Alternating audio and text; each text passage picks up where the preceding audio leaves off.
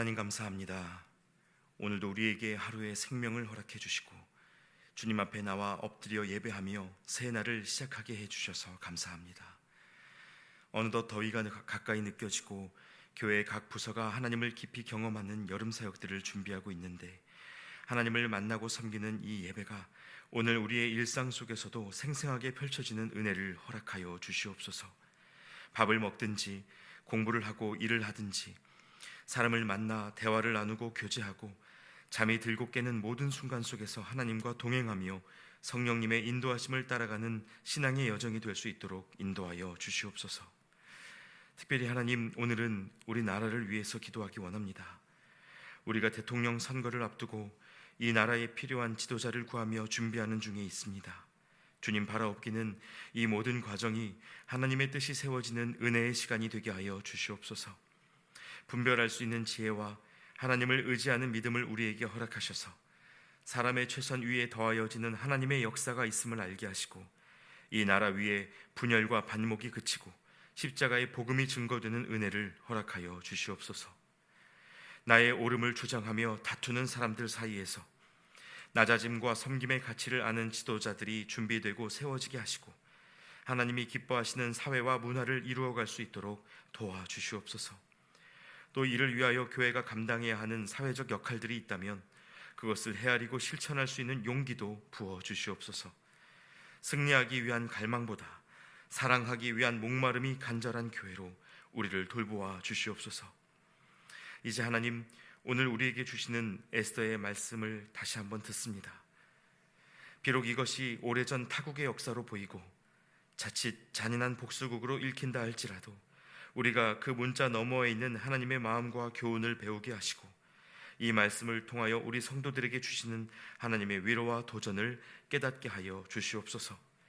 그리하여 또 한 번 주어진 하루를 우리가 예배자로 살아낼 수 있도록 도와주시옵소서. 함께하여 주시는 주님을 기대하고 의지하오며 예수님의 이름으로 기도하옵나이다. 아멘. 오늘 우리에게 주시는 하나님의 말씀 함께 보겠습니다. 하나님의 말씀은 에스더 9장 20절부터 10장 3절까지의 말씀입니다. 에스더 9장 20절부터 10장 3절까지의 말씀을 저와 여러분이 한 절씩 교독하시고 마지막 구절은 함께 읽겠습니다. 모르드게가 이 일을 기록하고 아하수에로 왕의 각 지방에 있는 모든 유다인에게 원근을 막론하고 글을 보내어 이르기를, 한 규례를 세워 해마다 아달월 14일과 15일을 지키라.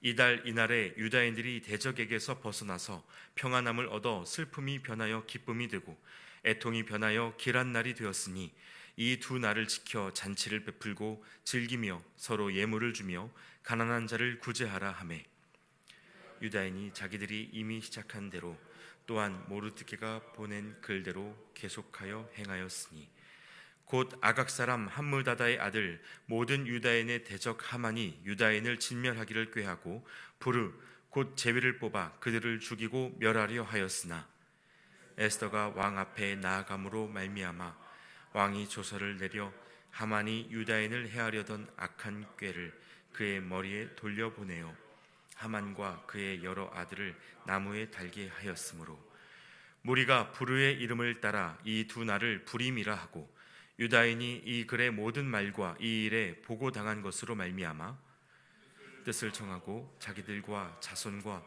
자기들과 화합한 자들이 해마다 그 기록하고 정해놓은 때 이 두 날을 이어서 지켜 패하지 아니하기로 작정하고, 각 지방 각 읍 각 집에서 대대로 이 두 날을 기념하여 지키되 이 부리미를 유다인 중에서 패하지 않게 하고 그들의 후손들이 계속해서 기념하게 하였더라. 아비하일의 딸 왕후 에스더와 유다인 모르드게가 전권으로 글을 쓰고 부림에 대한 이 둘째 편지를 굳게 지키게 하되, 화평하고 진실한 말로 편지를 써서 아하수에로의 나라 127지방에 있는 유다 모든 사람에게 보내어 정한 기간에 이 부리미를 지키게 하였으니, 이는 유다인 모르드게와 왕후 에스더가 명령한 바와 유다인이 금식하며 부르짖은 것으로 말미암아 자기와 자기 자손을 위하여 정한 바가 있음이더라. 에스더의 명령이 이 불임에 대한 일을 견고하게 하였고 그 일이 책에 기록되었더라. 아수에로 왕이 그의 본토와 바다 섬들로 하여금 조공을 바치게 하였더라. 왕의 능력 있는 모든 행적과 모르드게를 높여 존귀하게 한 사적이 메대와 바사 왕들의 일기에 기록되지 아니하였느냐. 유다인 모르드게가 아수에로 왕의 다음이 되고 유다인 중에 크게 존경받고 그의 허다한 형제에게 사랑을 받고 그의 백성의 이익을 도모하며 그의 모든 종족을 안위하였더라. 아멘. 할렐루야. 네, 여러분 잘 오셨습니다. 오늘도 하나님께서 우리를 예배의 자리로 불러주셨습니다. 함께 기도하고 말씀 보시는 이 시간을 통해서 하나님의 음성을 듣고 또 한번 믿음으로 살아내는 하루가 되시기를 소망합니다. 여러분, 우리나라가 일제치하에 있던 시기에 1936년부터 1942년까지 조선 총독을 지내면서 창씨개명과 조선어 금지 같은 민족 말살 정책을 강행했던 미나미라는 인물이 있습니다. 국사편찬위원회의 당시 자료에 의하면요, 그때 일본 본토에서 이 미나미 총독에게 조선 통치가 원활하게 이루어지고 있는가라는 질문을 한 적이 있는데, 그때 이에 대한 미나미의 대답이 다음과 같았다고 합니다. 조선에는 죽음을 두려워하지 않는 40만의 군대가 있는데 그것은 예수교도들입니다. 우리 선조들이 어떻게 믿음을 사수하고 살았는지를 보여주는 굉장히 귀한 기록입니다. 그리고 바로 이 때문에 일본 정부가 조선에 있는 목사와 장로들 때문에 식민 통치가 잘 되지 않는다는 판단을 내리고 1945년 초 독립운동이 가담하고 있는 기독교인들을 색출하여 암살할 대대적인 계획을 수립하기 시작했습니다. 그때 일본 측이 조사하여 작성한 명단을 보면 이 살생부에 기록된 기독교인의 수가 2만 5천 명 정도였고, 그들을 돕는 이들 1만 5천 명을 포함하여 총 4만 명 이상이 이 암살 대상자였다고 합니다. 심지어 이 암살 계획까지 아주 구체적이어서 동굴에 가두어 질식사를 시키거나 군인을 동원해 죽창과 일본도로 처형하는 등의 방법을 계획하고 있었다는 사실이 여러 자료를 통해 알려져 있습니다. 그런데 여러분, 일본이 정한 이 조선 기독교 말살 작전의 실행일이 언제였는지 아십니까? 바로 1945년 8월 18일 0시였습니다. 기록에 따라 하루 이틀의 차이는 있지만 분명한 것은 이 8월 중순이 조선 기독교의 뿌리를 뽑기 위해서 일본이 계획하고 준비한 날이었다는 사실입니다. 그럼 여러분, 이 계획이 어떻게 됐을까요? 계획대로 성공했을까요? 그럴 수 없었죠. 모두가 잘 아시는 것처럼 1945년 8월 15일 일본의 항복으로 2차 세계대전이 종식되고 조선도 광복을 맞이했습니다. 그 과정에서 원자폭탄이라는 잔인한 도구가 사용되었고, 정작 광복을 맞은 8월 15일 아침에는 무엇이 달라진 건지 느낄 수 없을 만큼 똑같은 일상이 반복되었지만, 이날의 역전이 없었다면 조선의 기독교 역사가 지금까지 어떻게 흘러왔을지 장담할 수가 없습니다. 여러분, 저는 이 역사를 생각할 때마다 이 보이지 않는 하나님의 손과 그분의 섭리를 찬양하지 않을 수 없습니다. 죽을 운명 속에 있었던 하나님의 사람들이 설명할 수 없는 역사의 흐름 안에서 구원을 받았습니다. 역전이 허락된 겁니다. 이 때문에 대한민국 정부가 1949년 3.1절 제헌절 개천절과 함께 8월 15일을 광복절이라고 이름 짓고 4대 국경일로 지정하게 됐죠. 우리 민족에게 허락된 이 역전의 역사를 기억하고 기념하며 또 감사하기 위해서 1년 중 하루를 특별한 날로 정한 것입니다. 그런데 여러분, 참 놀랍게도 우리가 지금껏 묵상해온 이 성경 속 에스더의 이야기가 이와 비슷한 이스라엘의 역사를 우리에게 보여줍니다. 잘 기억하고 계시리라 생각하는데요, 에스더 말씀을 보면 이 바벨론의 유다 백성들에게도 민족 말살의 날이 지정되어 있었죠. 그 나라의 이인자 하만이 모르드게가 자기에게 인사를 똑바로 하지 않는다는 사실에 화가 나서 남녀노소 가리지 않고 그의 동족 유다인 전체를 멸절시키겠다고 마음을 먹었습니다. 그래서 왕의 허락을 받아서 하루의 날짜를 제비 뽑았는데 그게 언제입니까? 에스더 3장에 보시면 유대력상 12번째 달인 아달월 13일이었습니다. 제비를 뽑은 시점은 첫 번째 달인 니산월이었으니까 실행하기까지 그 사이 11개월의 시간이 주어진 겁니다.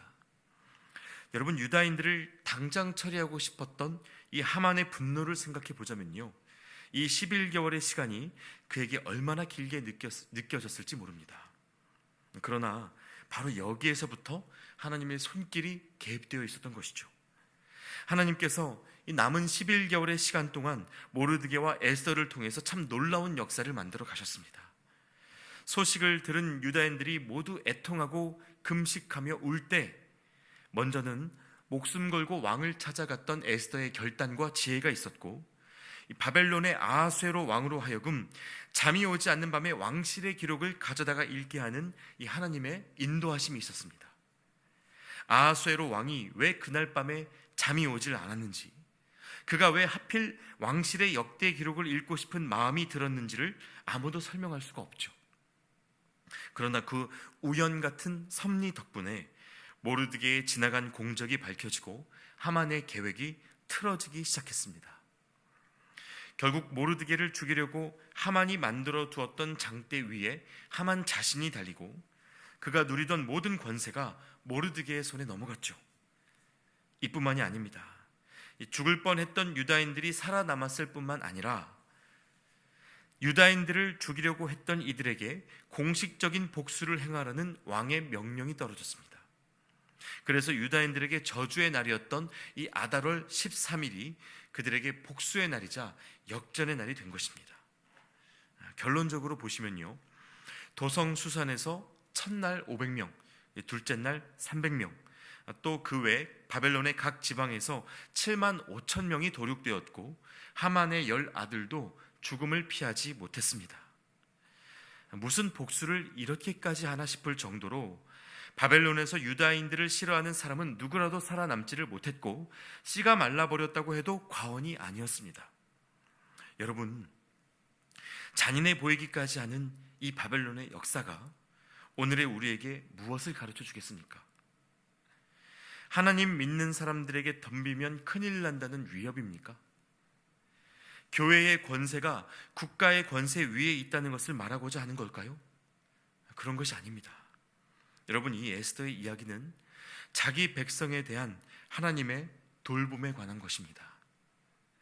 마치 환난 속에 있었던 초대교회 성도들을 위로하기 위해서 요한계시록의 말씀을 주시고 반전의 소망을 붙들게 하셨던 것처럼 죽을 것 같은 현실에도 여전히 하나님의 돌보심이 있다는 것을 말씀해 주시는 것입니다.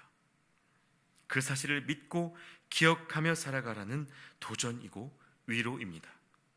그래서 오늘 본문 20절에 보시면 이날의 은혜를 기억하기 위해서 모르드게가 유다인들에게 조서를 쓰고 이런 명령을 내립니다. 20절 이하에 모르드게가 이 일을 기록하고 아하수에로 왕의 각 지방에 있는 모든 유다인에게 원근을 막론하고 글을 보내어 이르기를 한 규례를 세워 해마다 아달월 14일과 15일을 지키라. 이날에 유다인들이 대적에게서 벗어나서 평안함을 얻어 슬픔이 변하여 기쁨이 되고 애통이 변하여 길한 날이 되었으니 이 두 날을 지켜 잔치를 베풀고 즐기며 서로 예물을 주며 가난한 자를 구제하라 하매. 이렇게 조서를 반포합니다. 여러분, 바로 이 명령이 지금까지도 유대인들의 중요한 전통이 되어서 이 역전의 사건을 기뻐하고 감사하는 기념일이 됐습니다. 이 기념일의 이름이 바로 부림절인데요, 하만이 유다인들을 멸절하려고 날짜를 고를 때 제비를 뽑았던 것에 착안해서 이 제비 뽑다를 뜻하는 단어 부르를 복수형으로 쓴 것이 부림입니다. 이 단어에는 주사위라는 뜻도 있는데 던져서 나오는 숫자에 걸음을 맡기는 행위를 설명하는 단어입니다. 사람이 스스로 계산할 수 없는 섭리를 인정하고 따라가 보려는 의지가 전제되어 있는 것이죠. 그리고 여러분, 유대인들이 이 부림절을 어떻게 기념하는지를 살펴보면 하나님의 은혜를 기억하는 삶의 모양이 무엇인지도 구체적으로 엿볼 수 있는데, 이제 그것을 제가 부림절의 세 가지 풍속으로 소개해 드리겠습니다. 먼저 부림절마다 유대인들이 지키는 첫 번째 풍속은 말씀의 낭독입니다. 유대력의 아달월은 지금 우리 시대의 달력으로는 2월 말에서 3월 초 정도에 해당하는데, 여러분 아달월 14일, 15일이 되면 유대인들은 지금도 회당에 올라가서 함께 에스더서를 읽습니다. 이 대부분의 구절은 대표 낭독자가 읽는 것을 같이 듣는 방식으로 진행이 되고요. 2장 5절, 8장 15절과 16절, 그리고 10장 3절은 모두가 한 목소리로 암송하면서 읽습니다. 여러분 이 네 구절을 잘 보시면 모두 다 모르드게의 승리와 유대인의 구원을 선포하는 구절들이라는 것을 확인하실 수 있습니다. 또 이때 이 재미있는 특징 중 하나는 유대인들이 에스더서를 읽다가 하만의 이름이 등장하면 물건을 두드리고 시끄러운 소리를 내면서 듣는 전통이 있다고 하고요. 하만의 10 아들 이름을 읽을 때는 그들의 생명이 한날 한시에 꺼져버린 것을 상징하기 위해서 단숨에 읽어 내려간다고 합니다. 이 역전의 역사를 참 입체적으로 기억하기 위한 유대인들의 노력입니다. 자, 그리고 여기에 이어서 유대인들이 지키는 불임절의 두 번째 풍속은 구제입니다. 조금 전에 읽어드린 말씀 22절 마지막 부분에 보시면 서로 예물을 주며 가난한 자를 구제하라 라는 이 모르드게의 명령이 있었는데요. 이 때문에 유대인들은 불임절이 되면 최소한 2사람 이상에게 먹을 것을 선물하고 기부단체의 일정 금액을 후원해서 가난한 사람들을 돕는 문화를 갖고 있습니다. 하나님이 주신 승리가 이 가진 자들만의 기쁨이 아니라 가난한 이들도 함께하는 민족 전체의 기쁨으로 누려질 수 있도록 애쓰는 것이죠. 또 마지막으로 유대인들이 불임절을 지내는 풍속의 세 번째 요소가 있는데 그것은 축제입니다. 단순히 잠깐 즐기고 마는 형태의 축제가 아니라 에스더의 이야기를 직접 경험하고 재현하기 위해서 구체적인 단계를 따라서 축제를 즐깁니다. 그래서 불임절 전날인 아달월 13일에는 에스더의 금식이라고 불리는 전통에 따라 유다인들이 하루 종일 금식을 하고요, 물도 마시지 않은 채 기도합니다. 에스더 4장 16절에 당신은 가서 수산에 있는 유다인을 다 모으고 나를 위하여 금식하되 밤낮 3일을 먹지도 말고 마시지도 마소서, 이런 말씀이 있었죠. 바로 이 말씀을 직접 실천해 보는 겁니다. 그리고 나서 불임절 당일이 되면 하루 종일 많은 음식을 먹는데요, 그 중에서도 특히 젤리와 과일을 섞어서 삼각형 모양으로 구운 쿠키를 먹습니다. 이 쿠키의 이름이 하만타셴이라고 하는데, 여러분 이 과자의 이름이 하만의 귀, 하만의 주머니라는 뜻을 갖고 있습니다.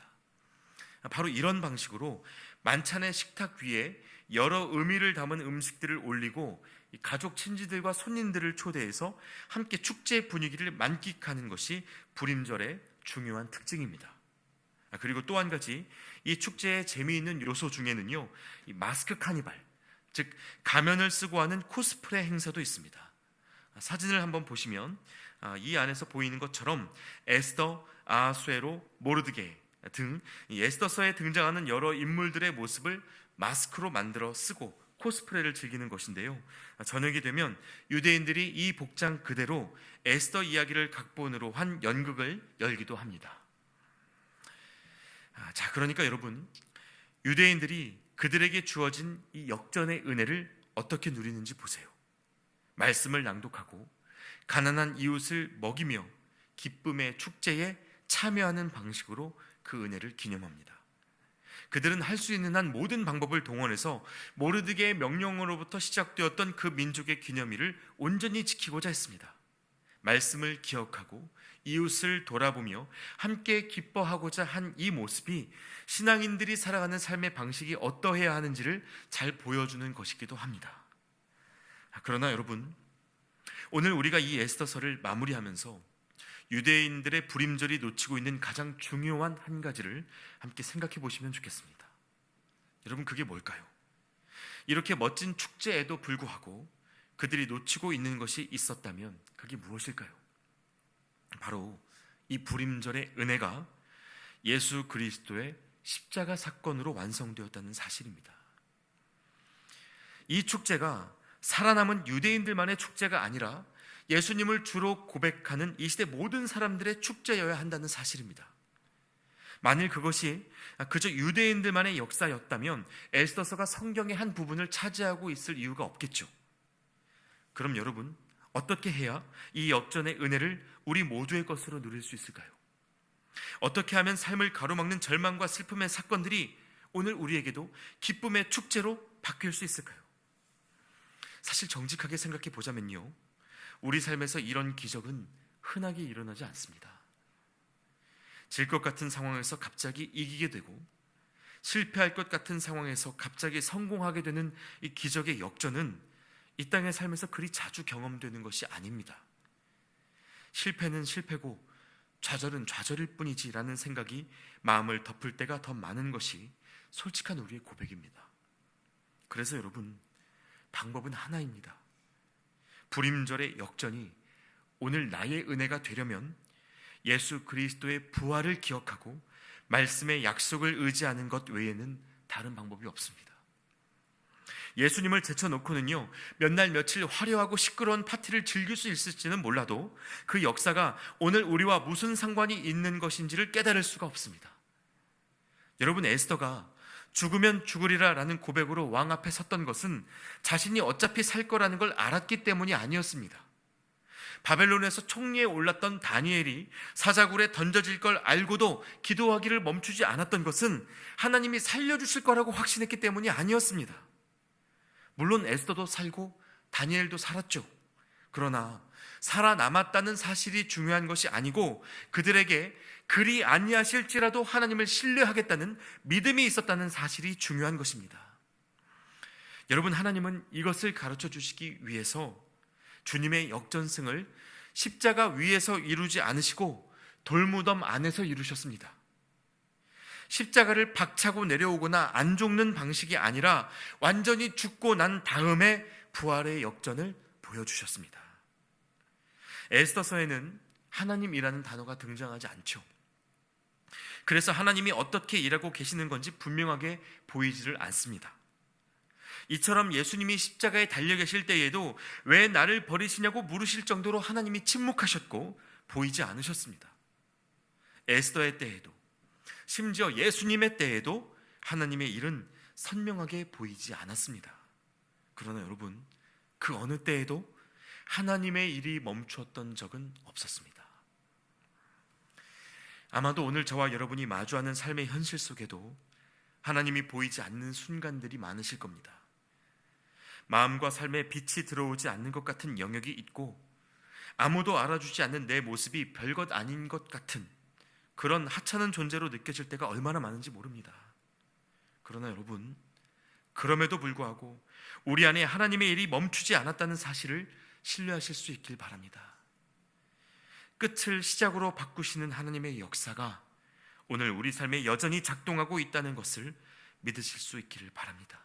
하나님은 실수하지 않으시고 포기하지 않으십니다. 여러분, 이 믿음을 붙드셔서 사람 의지하지 않고 힘과 자리에 목매지 않고 보이지 않는 하나님 손 의지하며 살아가는 저와 여러분이 되시기를 우리 주님의 이름으로 축원합니다. 기도하겠습니다.